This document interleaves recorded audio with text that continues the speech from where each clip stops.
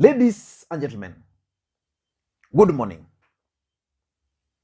In politics, nothing happens out of mere coincidence. Everything in politics is normally well planned, well scripted, and executed to achieve a specific political objective. Nothing happens out of mere coincidence in politics. Yesterday, Kalonzo Musyoka, who is the Wiper Party leader, attended Jubilee National Delegates Conference at KICC. But Kalonzo Musyoka boycotted the ODM NGC in Kasarani. Why do you think Kalonzo Musyoka decided to boycott the ODM NGC? Ladies and gentlemen, why do you think that happened? In this video today, I want to try and explain to you guys why Kalonzo Musyoka decided to boycott the ODM NGC. Before we do that, let me know where you are watching this video from, the county or the country. And it is my hope that this video is also going to find you in good health. And if you are watching this channel for the first time, please take a second or two and click the subscribe button so that next time we produce a video like this, YouTube will automatically notify you. And to the subscribers, I want to continue. Thank you guys for your continued support. Without that support, this channel cannot be where it is. So I want to ask you guys to just give this particular video thumbs up. Those who can drop their comments, please drop your comments. And by the way, let me know your opinion about the joint NDCs. And the other way you can support this channel is by sharing this video in your various social media platforms. Now, there are 4 facts which we can't run away from after yesterday's NDC. The first fact we can't run away from is the fact that Raila Odinga is going to be the Azimio la Umoja candidate. The candidate will be unveiled in 2 weeks' time, because Kalonzo Musyoka is still playing hard to get. But if you follow that event very closely, the guy is going to be Raila Odinga. And within the next 2 weeks, if Kalonzo Musyoka will not play ball, then this team is definitely going to go on without Kalonzo Musyoka. So that's the first fact. And just listen to President Uhuru Kenyatta making these statements. He's very clear in his mind, the person he's supporting. Wengi hawajui safari ambazo tumetembea na Mheshimiwa Raila katika sehemu mbalimbali za nchi hii, safari ambazo tumetembea katika nchi za nje, majadiliano tumekuwa nayo na wazee kutoka jamii mbalimbali tukitafuta amani na maendeleo.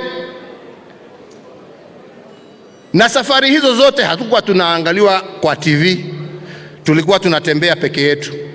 Nairobi hii, mitaa ya Mathare huko tulikuwa tunatembea usiku, akaingia namna gani? Raila sio project ya serikali. Raila sio project ya Uhuru. Raila hakuniuliza mimi chochote wakati alikuja kuunga serikali yangu when I had need. Vile mimi hakuna kitu nauliza kwa Raila. Mimi nataka good leadership for our country.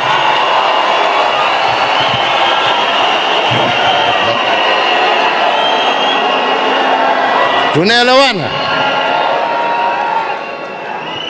Kwa hivyo jukumu ni lenu kujiuliza kama mtatafuta politician kwa sababu ya maneno matamu na matusi na porojo, ama mtatafuta kiongozi wa amani na maendeleo ambaye ataunganisha Kenya hii. La tatu na la mwisho, because me I like being fair, I don't like being unfair. Jana tumekuwa pamoja na Raila na wengine tukijaribu umoja, na mimi nashukuru wenzetu wa Oka ambao ni Wiper, ambao ni KANU na Jirongo yako saa ingine inaitwaje? Jirongo, yeah, na Naki ya Martha Karua, si ndio? Na wamesema wanataka kuungana with us as like-minded people, yeah? Na vile tunasema, hata kama wanasema pia wako na candidate, sisi wa Kenya ndio tutaamua kati ya wao wote. Haja ni tutoke na mtu mmoja ambaye atatuunganisha sisi na hakikishe tuko ndani ya serikali. And that is why I'm saying what we are looking to do is to create a movement that delivers Kenya safely across the Rubicon to the other side. That is what we are looking for. That is what we are looking for. Na vile Raila amesema, tutazunguka pamoja Kenya hii, na baada ya wiki mbili mimi sina shaka ya kwamba tutarudi mkutano mkubwa, tuamue flag bearer wetu ni so and so wa Azimio. Usinisababishe niseme vile mimi nafikiria, kwa sababu wengine watasema project. Mimi tutasema wakati hiyo. Sini namna hiyo. Lakini kutoka leo, umeona mimi nimevaa yangu ya Azimio. Mimi ni mwana Jubilee, lakini kutoka leo, kwa fikra, kwa mdomo, kwa damu, kwa roho,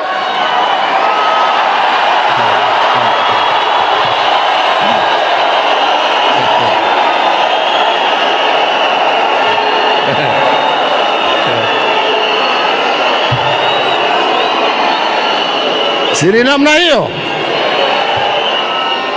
Na mimi sina shaka ya kwamba ushindi ni wetu.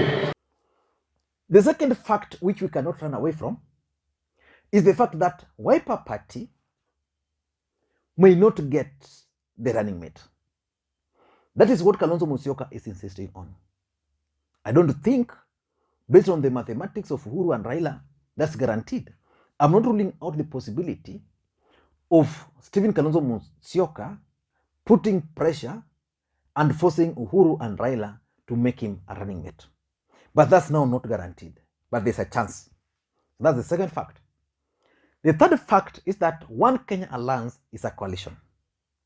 And according to Political Parties Amendment Bill, which was passed in Parliament, you cannot belong to two coalitions at the same time.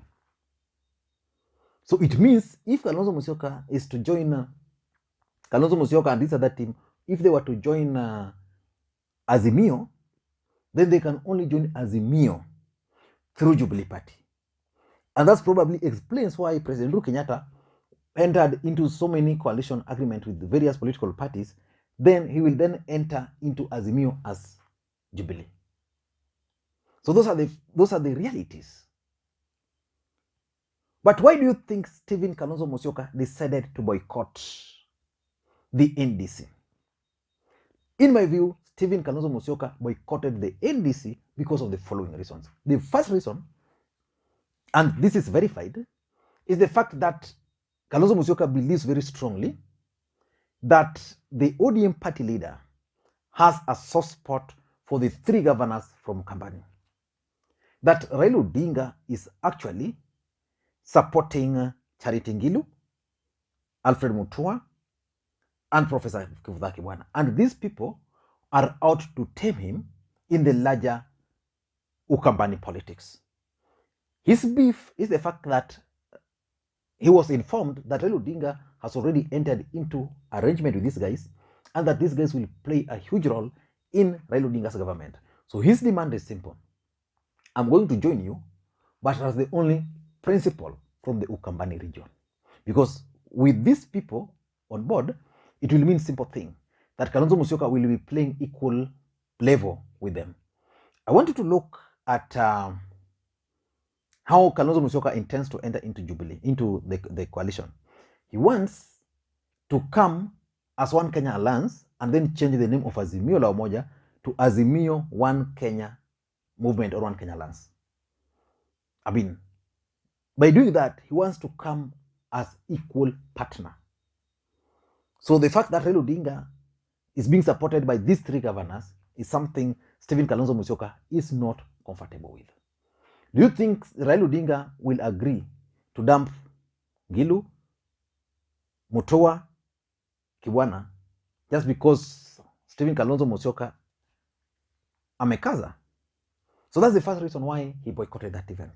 Because assuming he attended, the procedure would have been these other governors would have been given chance to speak, because all of them are party leaders. Then he would also have spoken. So Ukambani region would have had 4 leaders speaking. That's one thing Kalonzo Musyoka said no to, and I don't know how it's going to be addressed moving forward. The second thing I'm told is that the Wiper party, Wiper as a political party, is still divided. There are those who believe very strongly that Stephen Kalonzo Musyoka should not agree to join Azimio. And if he has to join Azimio, then he must join Azimio as a running mate. Otherwise, if that's not going to be possible, they are insisting that Stephen Kalonzo Musyoka must be on the ballot. On the ballot as One Kenya Alliance presidential candidate. But remember, the One Kenya Alliance movement already, there are divisions. There are those who believe that they should go with Azimio. There are those who want them to run. And by the way, even Martha Karua was missing.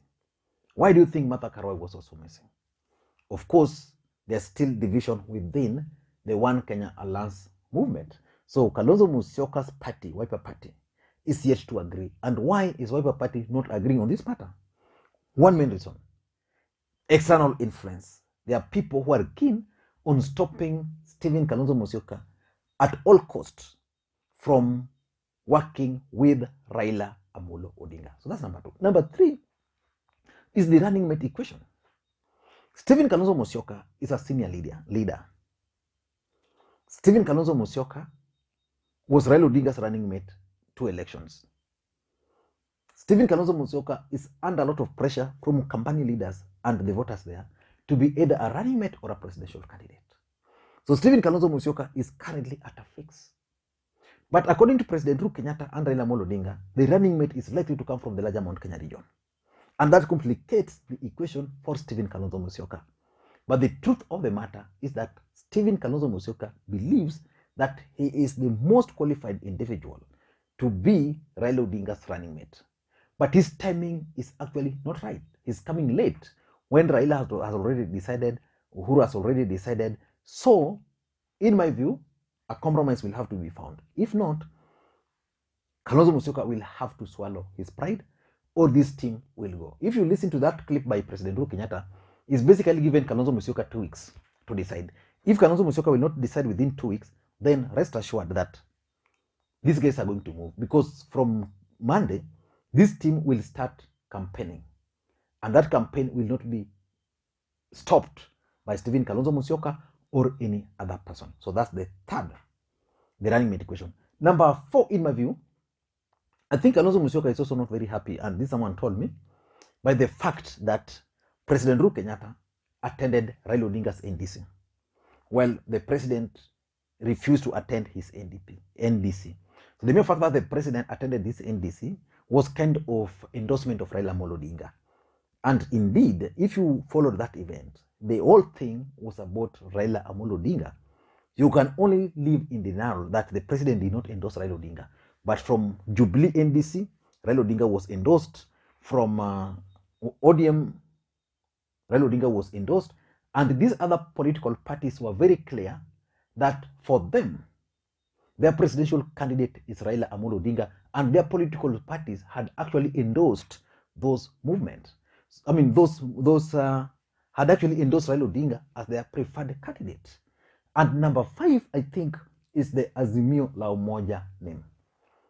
You see, the Azimio la Umoja is already registered with the registered political parties. The name was reserved, and it's going to be Azimio la Umoja movement. Kalonzo Musyoka is coming and is saying, let us now not go with Azimio la Umoja. Let us include One Kenya Alliance. So he's proposing a name that let us go with Azimio One Kenya movement. So I don't know whether it should be converted to Kiswahili, that we say Azimio la Umoja ya Kenya moja, I don't know, something like that. But he wants the name to be changed, and that change of name is what these guys are still not comfortable with. And lastly, is William Ruto's factor. The truth of the matter is that the deputy president is also not sleeping. Earlier in one of my videos, I opined that the deputy president is actually doing everything possible to scuttle any move to bring Kalonzo Musyoka to work with Raila Odinga. If anything, he's comfortable with Kalonzo Musyoka running as a presidential candidate, but not under Raila Odinga under any circumstance, because doing that would mean so many things. I don't know what you think, but that's my take. Thank you guys. Until next time, this is Lee Makwiny. Bye-bye.